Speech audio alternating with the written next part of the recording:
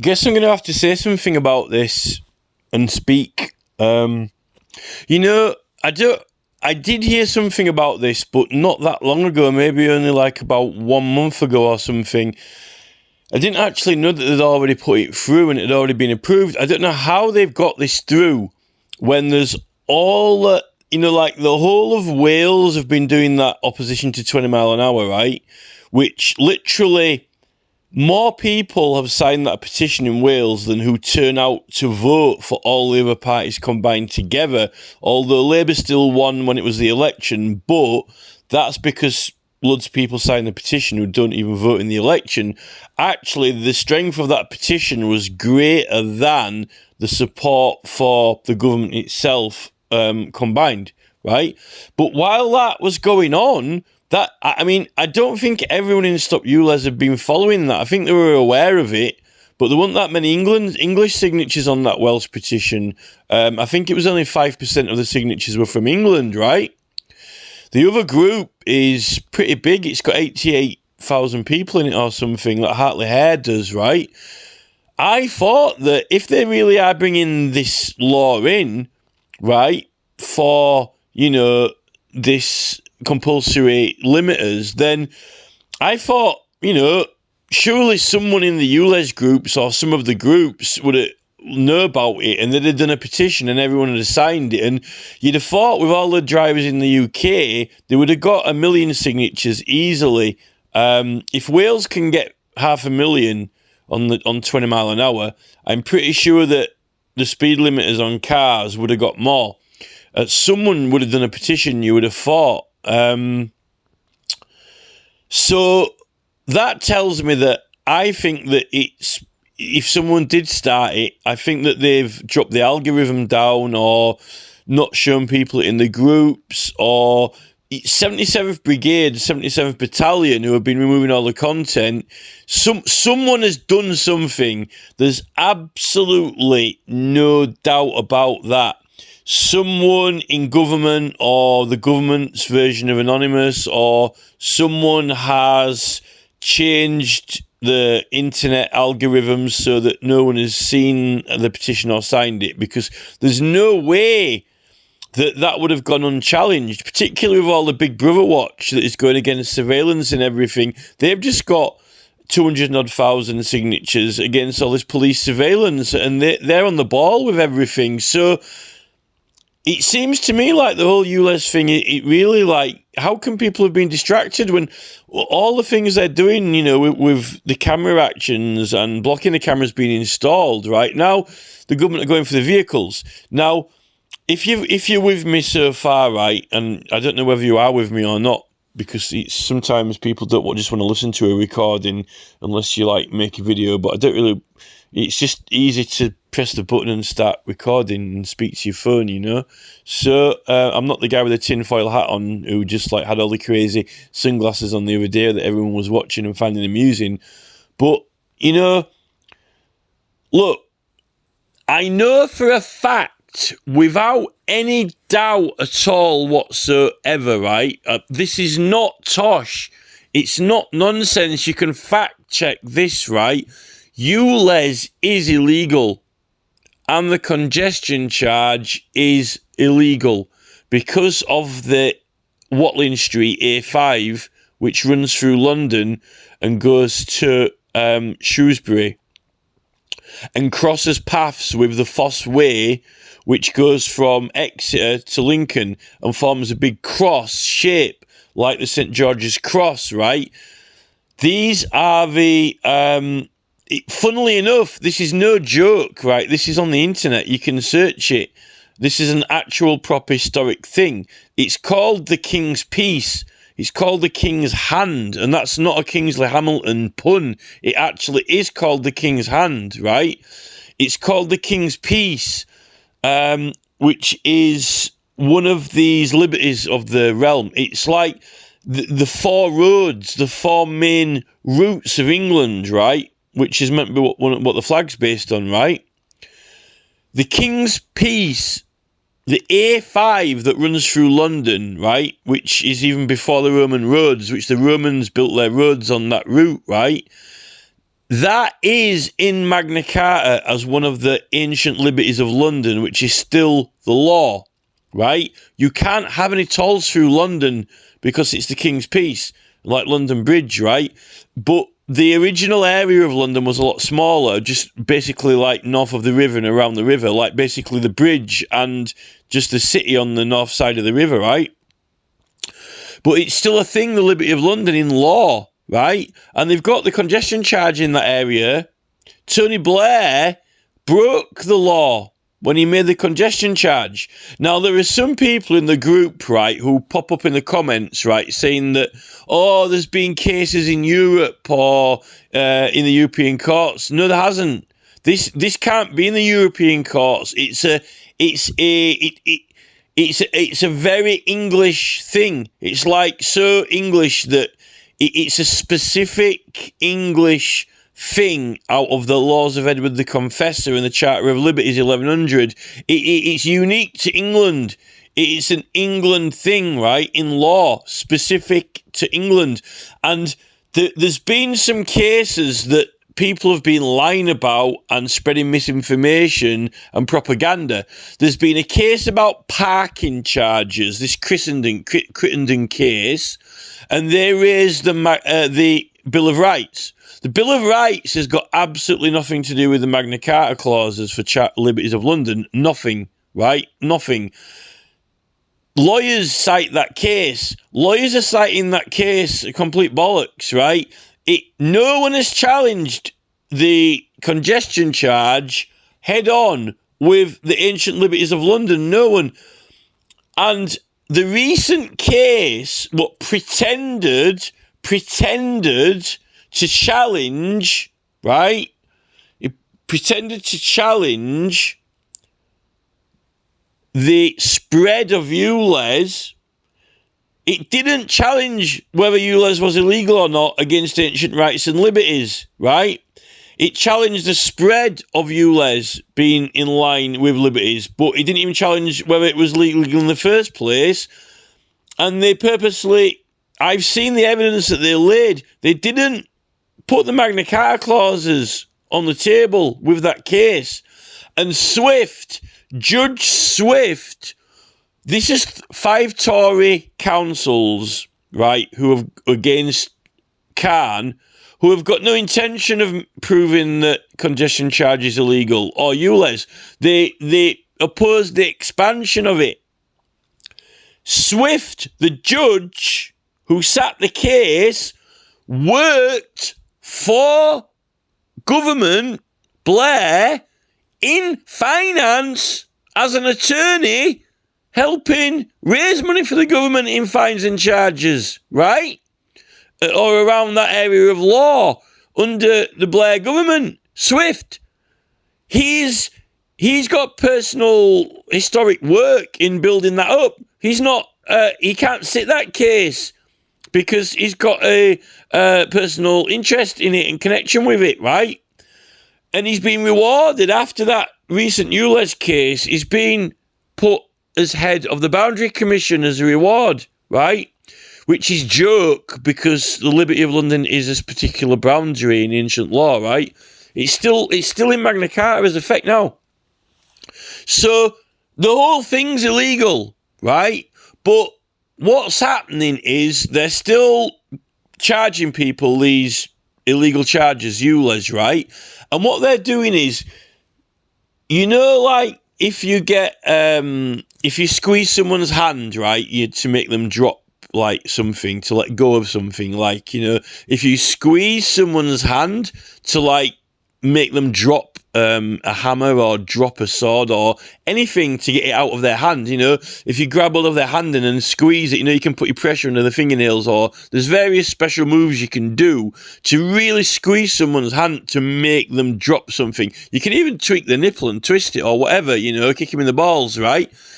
What can and Transport for London are actually doing to the people of London at the moment, illegally, completely illegally, in order to get those older cars, those petrol cars or those older model classic or cars right, which aren't completely and totally 100% hooked into the World Economic Forum grid, and 100% surveillance, and, never mind turning your sat-nav off, it's built into it, and, like the seat turns into some kind of automatic seatbelt which engulfs you, and you can't get out of the vehicle unless, someone gives you permission to leave the vehicle, all this, literally the car turns into, Optimus Sheriff or something or whatever and arrests you,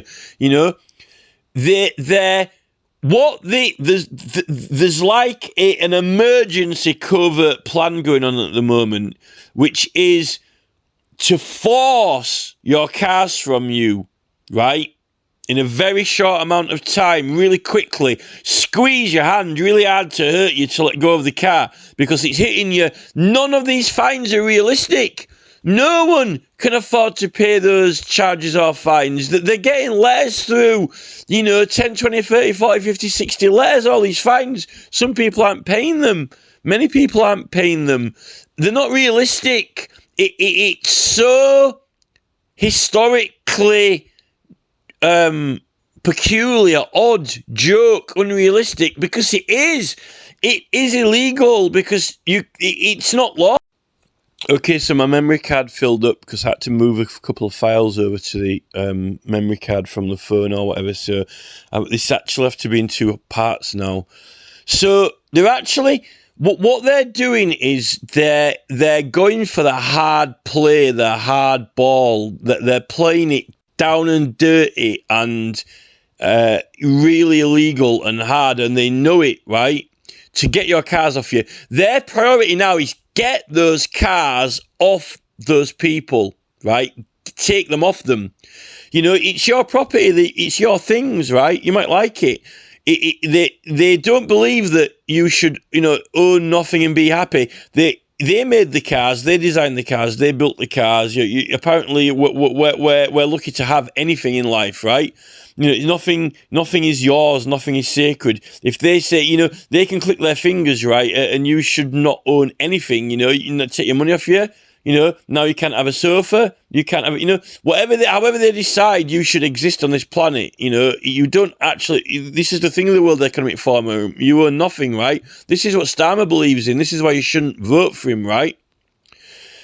They're going to take those cars off you, right, whether you like it or not. That's what they're doing now, and they're doing it deep, downright dirty, criminal, illegal, and they're not actually bothered that they're completely breaking all laws, because they don't believe in law. They don't believe in the law. They believe in themselves cheating on what they want in life, right? They don't believe in any rights or law or anything. They don't even believe anyone should have property or own anything that they like. They couldn't care, right? So they're going to get those cars off you, and then when you get the cars replaced, then this is when this comes in, because they're all going to have these automatic speed limiters fitted. This is all being done, so literally you really can't really do anything about it.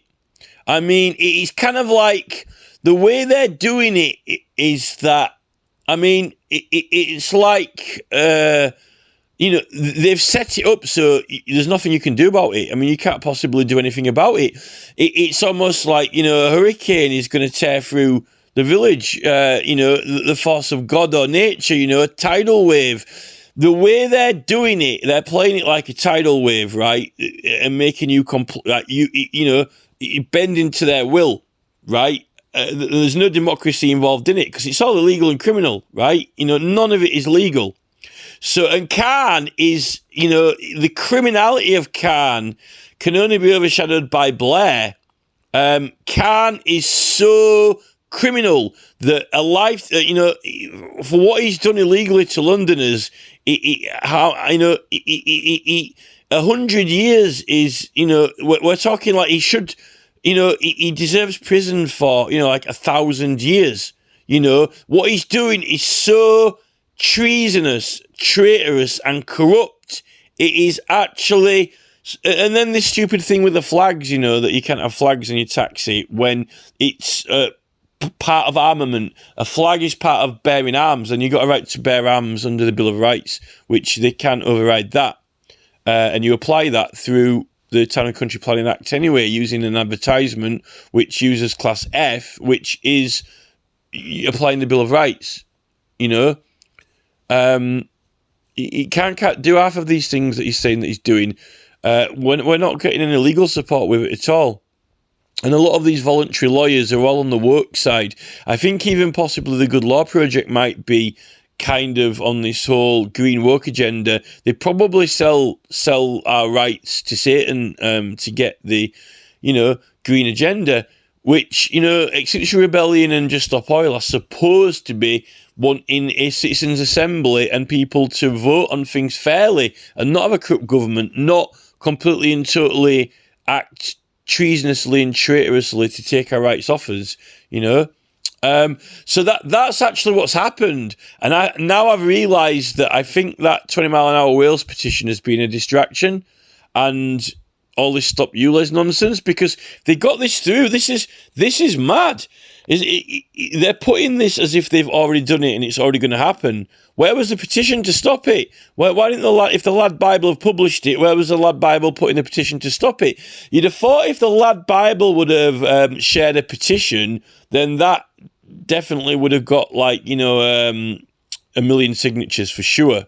But look at the Wales one. They've got the signatures. You only need 5% of the country to show that it's important enough to have a referendum. Wales have got 20% of Wales signing it, which is only about as much as turned out in the election, or 40%, sorry. So, it doesn't make sense to me, and the Welsh government are still trying to fight that petition, which has got more turnout than the entire, that petition in Wales, percentage-wise, Wales as an entire country, in percent of people, got more signatures supporting that petition than in London. There are more people in London than there are people in Wales. The population of London is greater than the population of Wales as a country. And percentage-wise, Sadiq Khan, out of all of his London voters, Sadiq Khan got percentage-wise less votes for Labour, with the help of the Electoral Commission setting up polling stations and putting notices through everyone's letterbox and even advertising it on TV. Sadiq Khan, for his party, not all the parties put together, Sadiq Khan's party, Labour, got less people ticking a box in the election to support him than how many people in Wales, percentage-wise, ticked the box to sign that petition in Wales. There were greater opposition in Wales to 20 mile an hour than there was support for Khan in London, percentage-wise, than even though London's got a bigger population. And that's something. This is what we're up against democratically. And this is why Keir Starmer is the ultimate criminal. He is the epitaph of traitors. There should be a monument to Starmer saying traitor on it. Like on Indiana Jones, when that guy picks up that coin and it burns, burns the coin into his hand, into his skin, that coin, when that Nazi guy picks that coin up from the fire in Indiana Jones. I think it's Raiders of the Lost Ark, right? He burns it into his skin. That's Starmer. King's Hand, Sal Grid, and this is not Kingsley Hamilton joke. This is serious. The Four Roads, the King's Peace. Starmer, he might have been a human rights lawyer in his time. He might have, supposedly protected Stonehenge or whatever he did. But whatever, he's no human rights lawyer now. They're forcing people's cars off them with illegal charges, which no one can afford within their wages, right? And this is Labour doing it. And then the replacement cars are all going to have speed limiters in. And then when you do petitions, which